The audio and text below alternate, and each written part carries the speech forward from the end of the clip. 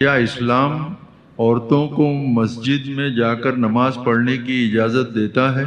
اجازت تو یقیناً کوئی شخص بھی منسوخ نہیں کر سکتا، وہ حضور کی طرف سے اجازت تھی، لیکن یہ ہے کہ یہ حدیثیں موجود ہیں کہ عورت کی نماز اپنے گھر میں افضل ہے مسجد کی نماز سے۔ عورت کی گھر میں نماز افضل ہے، گھر کے صحن سے بہتر ہے دالان میں، دالان سے بہتر ہے کمرے میں، کمرے سے بہتر ہے اس کی کوٹھڑی میں جو سائیڈ میں کوئی ہو، اس لیے کہ عورت اسلام کے نزدیک مستور ہے، مستورات ہم کہتے ہیں، چھپا کر رکھی جانے والی چیز۔ تو یہ تعلیمات تو ہے، لیکن یہ کہ کوئی پابندی، کوئی اس کی حرمت جو ہے وہ میرے نزدیک ثابت نہیں۔ کہ حضرت موسیٰ علیہ السلام کا آپ کو معلوم ہے کہ کوہ طور پر اللہ تعالیٰ سے ہم کلامی کا شرف حاصل کرتے تھے، گفتگو ہو رہی ہے لیکن اللہ نظر نہیں آ رہا۔ اب اس کو اپنے اوپر طاری کیجئے کہ صاف سامنے آتے بھی نہیں، صاف چھپتے بھی نہیں۔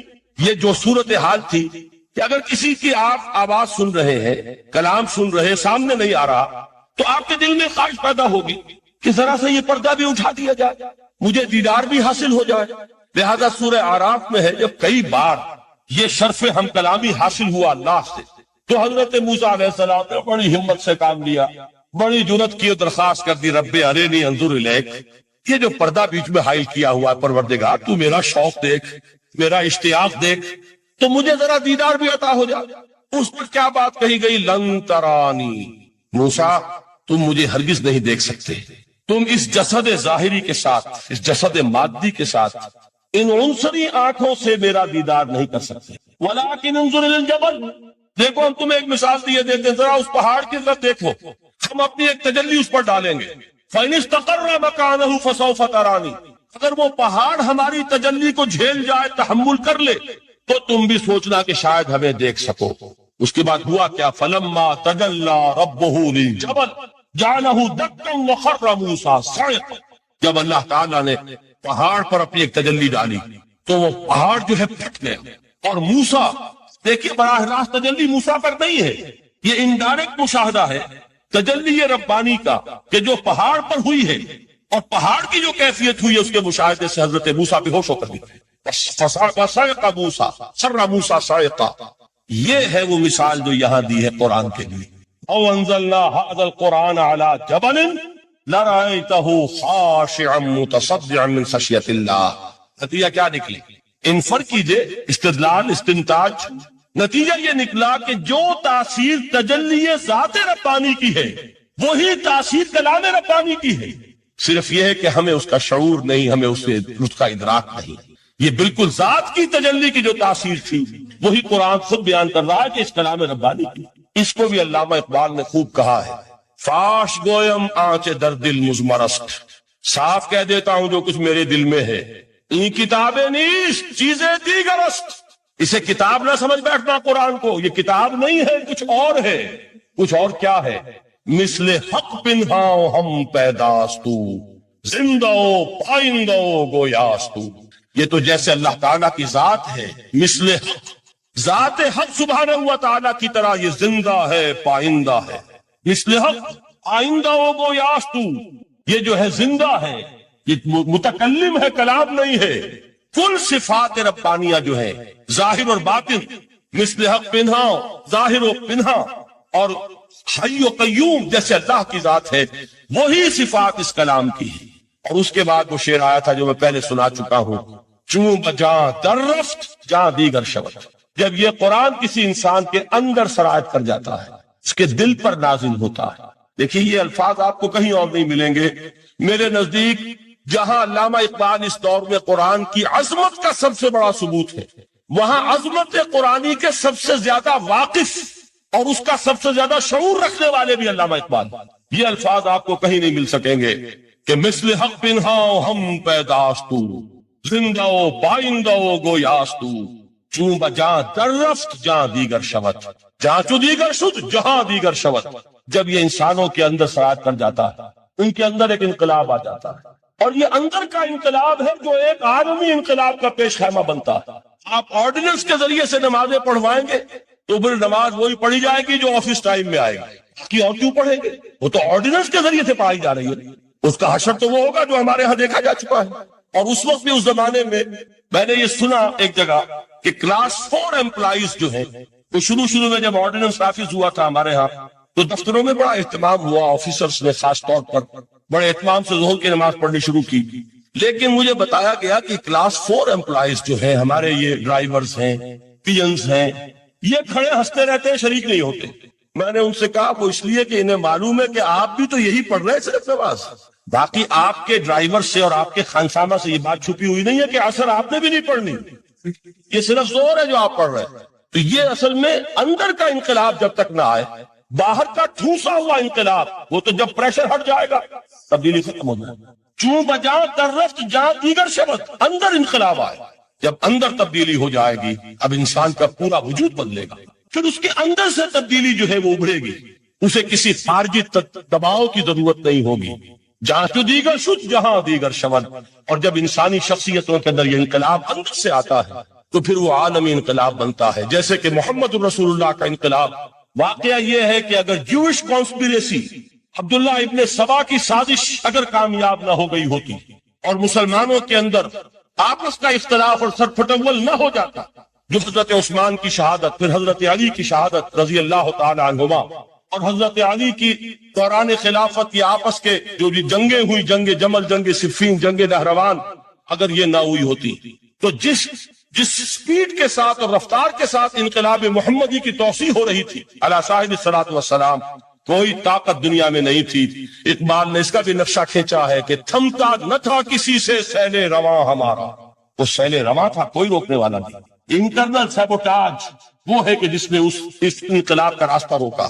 تو واقعہ یہ ہے کہ وہ اندرونی انقلاب حضور نے برپا کیا قرآن کے ذریعے صحابہ میں، اندر سے جو انقلاب تھا اس نے عرب میں ایک انقلاب کی شکل اختیار کی، اور یہ انقلاب جو ہے اتنی اپنے اندر قوت رکھتا تھا، اتنی پوٹینشیلٹی تھی اس کی کہ وہ 20 برس کے اندر کہاں آکسس دریائے جیہوں، کہاں اٹلانٹک، تصور تو کی تاریخ میں اس سے پہلے اتنی بڑی کوئی مملکت قائم ہوئی نہیں، کہاں یمن اور کہاں ایشیا کوچک، ایشیا مائنر، ٹرکی، یہاں سے وہاں اور وہاں سے یہاں، اتنی عظیم مملکت حضرت عثمان رضی اللہ تعالیٰ عنہ کے خلافت میں ہو چکی تھی۔ یہ بات اگر یہ چلتا معاملہ آگے تو کوئی قوت اب نہیں رہی تھی، سلطنت روما ختم ہو چکی تھی، سلطنت کسرا ختم ہو چکی تھی، پرچے اڑ گئے تھے، سی طاقت رہ گئی تھی جو شراب کا راستہ روکتی۔ یہ وہ یہودی سازش ہے جس نے اندر سے سیبوٹاج کی۔ بہرحال یہ ہے انقلاب محمدی کا طریقہ، اندر سے تبدیلی۔ اسی کو علامہ اقبال نے کہا ہے، تیرے ضمیر پہ جب تک نہ ہو نزول کتاب، گرہ کشا ہے نہ راضی نہ صاحب کشاف۔ یہ قرآن اب بھی تم ایسے محسوس کرو کہ جیسے تمہارے دل پر نازل ہو رہا ہے۔ اور مجھے یاد آیا امام ابن قیم رحمت اللہ علیہ، ان کا ایک بڑا پیارا جملہ ہے، وہ کہتے ہیں قرآن کے بعض پڑھنے والے ایسے ہیں کہ جب وہ قرآن کو پڑھتے ہیں تو یوں محسوس کرتے ہیں کہ قرآن مصحف پہ لکھا ہوا نہیں ہے، ان کے اپنے دل کے اوپر کندہ ہے، اوپر سے پڑھ رہے ہیں، یعنی اتنی کامل مطابقت وہ محسوس کرتے ہیں، اپنی فطرت، ہیومن نیچر اور قرآن کے اندر اتنی مطابقت ہے، اس طرح وہ ٹیلی کرتے ہیں ایک دوسرے کے ساتھ کہ محسوس ہوتا ہے کہ وہ کتاب ان صفحات میں لکھی ہوئی نہیں ہے بلکہ لوح قلب پر لکھی ہوئی ہے کہ جہاں سے وہ انسان اسے پڑھ رہا ہو۔ تو پہلی بات تو قرآن مجید کی آیت کے حوالے سے اس پہلو سے ہمارے سامنے آئی کہ جو تاثیر ہے ذات ربانی کی تجلی کی، وہی تاثیر ہے اس قرآن مجید کی، بشرطے کہ ہمارے دل جو ہیں وہ کچھ اپنے اندر اس استعداد اور صلاحیت کو پیدا کریں۔ دوسرا مقام ہے سورہ یونس کا۔ اب کسی کلام کی عظمت کا دوسرا پہلو ہو سکتا ہے اس کی افادیت کے اعتبار سے، اس سے فائدہ کیا ہوگا نوع انسانی کے لیے۔ دیکھیے 2 آیات یہ عظیم خزانے ہیں عظمت قرآن کے، سورہ یونس میں یا ایھا الناس، اے لوگو، قد جاءتکم موعظۃ من ربکم وشفاء لما فی الصدور وہدی ورحمۃ للمؤمنین۔ 4 الفاظ نوٹ کر لیجیے، اے لوگو آ گئی ہے تمہارے پاس وہ چیز تمہارے رب کی طرف سے جو موعظہ ہے۔ موعظہ کسے کہتے ہیں؟ نصیحت۔ اس بات کو ذرا سمجھ لیجیے ترتیب کیا ہے۔ نصیحت اسے کہتے ہیں، یہ یاد دلایا ایک صاحب نے کہ سورہ رحمان کی ابتدائی آیات کا بیان تو رہ گیا، وہ رہا نہیں، میں نے پڑھا کسی اور ترتیب سے تھا، بیان کسی اور ترتیب سے کر رہا ہوں۔ پڑھنے میں 4، 2 اور 1، اور اب جو میں بیان کر رہا ہوں پہلے 1 آیت سورہ حشر کی جو بیان کی، اب 2 آیات ہے سورہ یونس کی۔ لوگوں تمہارے پاس آ گئی ہے تمہارے رب کی طرف سے موعظت، اور تمہارے سینوں کے اندر جو روگ ہیں ان کے لیے علاج۔ توجہ کیجئے گا، ہم نے قرآن کو کیا سمجھا ہے؟ صرف ایک مقدس کتاب، ایک حصول ثواب یا ایصال ثواب کا آلہ۔ قرآن ہے کیا؟ نمبر ایک موعظہ۔ موعظہ کسے کہتے ہیں؟ وعظ اسے کہتے ہیں وہ بات جس سے دل نرم ہو جائے، دل کے اندر گداز پیدا کرنے والی شے۔ وجہ کیا ہے؟ اعلیٰ سے اعلیٰ حکیمانہ بات کسی سے کہی جائے، دل سخت ہے، اثر نہیں ہوگا، ایک کرسٹ آ جاتا ہے انسان کے دل کے اوپر۔ جیسے کہ یہود کے علماء کے بارے میں فرمایا گیا، ثم قست قلوبکم فہی کالحجارۃ او اشد قسوۃ وان من الحجارۃ لما يتفجر منه الانہار وان منها لما يهبط من خشیۃ اللہ وان منها لما يشقق فيخرج منه الماء۔ اے لوگوں، پھر تمہارے دل سخت ہوتے چلے گئے، پھر وہ پتھروں کے مانند سخت ہو گئے، بلکہ ان سے بھی زیادہ سخت، اس لیے کہ پتھروں میں تو وہ بھی ہوتے ہیں کہ جو اللہ کے خوف سے گر جاتے ہیں، پتھروں میں وہ بھی ہوتے ہیں کہ جو اللہ کی خشیت سے پھٹ جاتے ہیں، ان میں سے پانی بہ نکلتا ہے۔ پتھر تو اس طرح کے ہیں، لیکن انسان کا دل جب سخت ہو جائے، جب پتھر بن جائے، تو کوئی شے دنیا کی اس کی سختی کا مقابلہ نہیں کر سکتی۔ پہلے اس سختی کو نرم کریں گے، جیسے زمین ہے چٹیل زمین، اس زمین کے اندر ہل چلے گا تو بارش جو ہے فائدہ دے گی، اس کو آپ زمین کو نرم کرتے ہیں تاکہ وہ بارش کو جذب کرے، ورنہ چٹیل زمین ہے سخت، وہ پانی بہ جائے گا اور وہ زمین کے اندر جذب نہیں ہوگا۔ تو پہلا لفظ استعمال کیا موعظہ۔ یہ قرآن واعظ ہے، نصیحت ہے، دلوں کو نرم کرتا، دلوں پر جو کرفٹ آ گیا ہے سخت، اسے توڑتا، اس میں ہل چلاتا ہے۔ پھر کیا کرتا ہے؟ پھر جب یہ جذب ہوتا ہے، شفاء لما فی الصدور، جو سینے کے روگ ہیں ان کے لیے شفا۔ اب آپ غور کیجئے گا، علامہ اقبال نے انہی دو اعتبارات سے مسلمانوں کا مرثیہ کہا کہ مسلمانوں نے اس قرآن کو نہ موعظہ کے لیے استعمال کیا اور نہ تزکیہ نفس کے لیے استعمال کیا، بلکہ اس کو تو صرف بنا لیا ہے وہ جان آسانی سے نکالنے کا نسخہ یا ایصال ثواب کا آلہ۔ چنانچہ کہتے ہیں واعظ کے لیے واعظ دستاں زنو افسانہ بند۔ واعظ جو ہے ہمارے داستانے کہتے ہیں تو حرف او بلند، اس کے بیان میں معنی تو ہوتے ہیں بہت ہی گھٹیا، نیچے کے است، الفاظ کا شکو ہوتا ہے، الفاظ بہت اونچے ہوتے ہیں۔ از خطیب و دینمی گفتار او با ضعیف و شاذ و مرسل کار او۔ سارا باز و نصیحت جو ہو رہا ہے وہ ضعیف حدیثوں کے ذریعے سے، ضعیف روایات بخاری کی ہو، مسلم کی ہو، ترمذی کی ہو، ابن ماجہ کی ہو۔ کہا خطیب بغدادی اور تیلمی، وہ کتابیں کہ جن کی کوئی سند نہیں ہے، وہاں کی روایات کے ذریعے سے لوگوں کو تذکیر کرنے کی کوشش کر رہے ہیں۔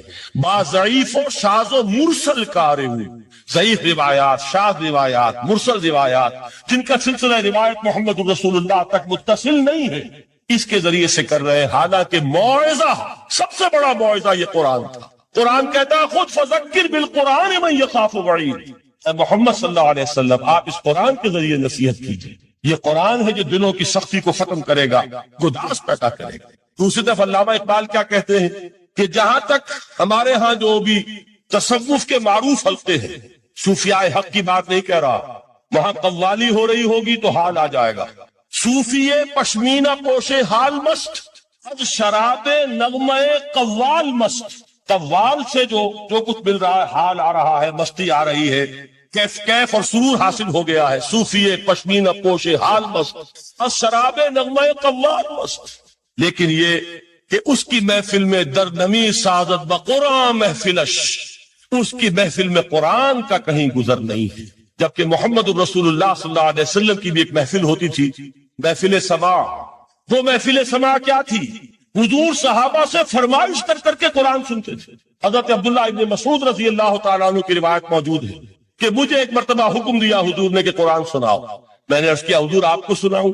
آپ پر تو نازل ہوا ہے۔ تو حضور نے فرمایا نہیں، مجھے کسی اور سے سن کر کچھ اور لطف حاصل ہوتا ہے۔ اب امتثال امر میں حضرت عبداللہ ابن مسعود رضی اللہ تعالیٰ عنہ نے سورہ نساء پڑھنی شروع کی۔ 41ویں آیت پر پہنچے، چشم تصور سے دیکھیے کہ حضور بھی تشریف فرما ہے، صحابہ کرام کی محفل ہے، اور صحابہ کیسے بیٹھا کرتے تھے ادب کے ساتھ۔ ایک روایت میں الفاظ آئے، ایسے بیٹھتے تھے ساکت و صامت ہو کر، بالکل خاموش، سکون، ساکن اور ساکت اور صامت، کہ جیسے ان کے سروں پر پرندے بیٹھے۔